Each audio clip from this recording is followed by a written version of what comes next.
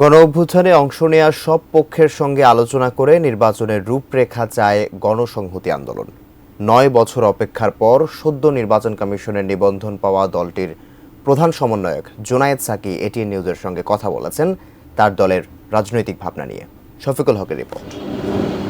রাজনৈতিক দল হিসেবে আত্মপ্রকাশের পর থেকেই নানান বাধা বিপত্তি পার করতে হয়েছে গণসংহতি আন্দোলনকে। 2017-তে নিবন্ধনের জন্য নির্বাচন কমিশনে আবেদন করলেও তা দেয়া হয়নি। শেষমেশ তা গড়ায় উচ্চ আদালত পর্যন্ত। যদিও অন্তর্বর্তী সরকার দায়িত্ব নেয়ার পর গত 10 সেপ্টেম্বর হাইকোর্টের রায়ের বিরুদ্ধে আপিল বিভাগে নির্বাচন কমিশনের করা আবেদন প্রত্যাহার করে নেওয়া হয়।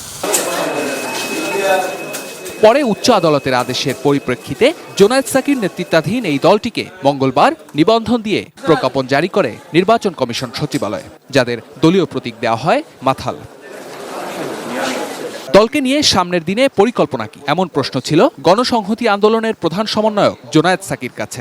আমরা এখন দল গোছানোর কাজে আছি, আমাদের দলের ভিত্তি মজবুত করার চেষ্টায় আছি এবং সারা দেশে আমাদের সাংগঠনিক কাঠামো গড়ে তোলা, আমাদের নেতৃত্ব গড়ে তোলা, যারা নির্বাচনে জনগণের পক্ষে প্রার্থী হতে পারবেন চাইবেন তাদেরকে প্রস্তুত করা, এই কাজগুলোর মধ্যে আমরা আছি।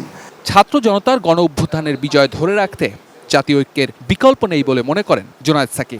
সংস্কার বলেন, মেরামত বলেন, পুনর্গঠন বলেন, নতুন একটা বন্দোবস্তের কথা বলেন, সেই জায়গায় যাওয়ার জন্য আমরা একটা যুগপৎ আন্দোলন 31 দফার ভিত্তিতে গড়ে তুলেছি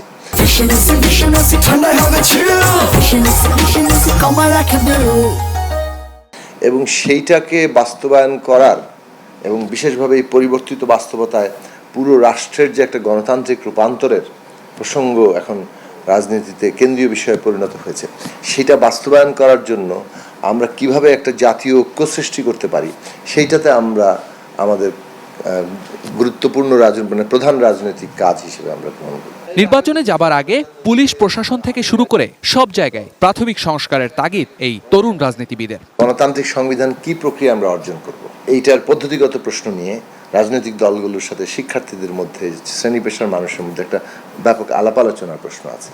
এই প্রক্রিয়াগুলোর আলোচনা করতে করতেই আমাদের রূপরেখাটা ঠিক হয়ে যাবে যে কিভাবে এই আলোচনা আমরা শেষ করব, কিভাবে একটা নির্বাচনের পরিবেশ সৃষ্টি হবে, কিভাবে আমরা একটা গণতান্ত্রিক ব্যবস্থায় উত্তরিত হব। অভ্যুত্থানে পরাজিত শক্তি নানাভাবে দেশকে অস্থিতিশীল করতে চাইবে মন্তব্য করে সবাইকে সজাগ থাকার আহ্বান জানিয়েছেন গণসংহতি আন্দোলনের প্রধান সমন্বয়ক। বিদেশে আশ্রয় নিয়ে বাংলাদেশকে ক্ষতিগ্রস্ত করার নানা চেষ্টা। শফিকুল হক, এটিএন নিউজ, ঢাকা।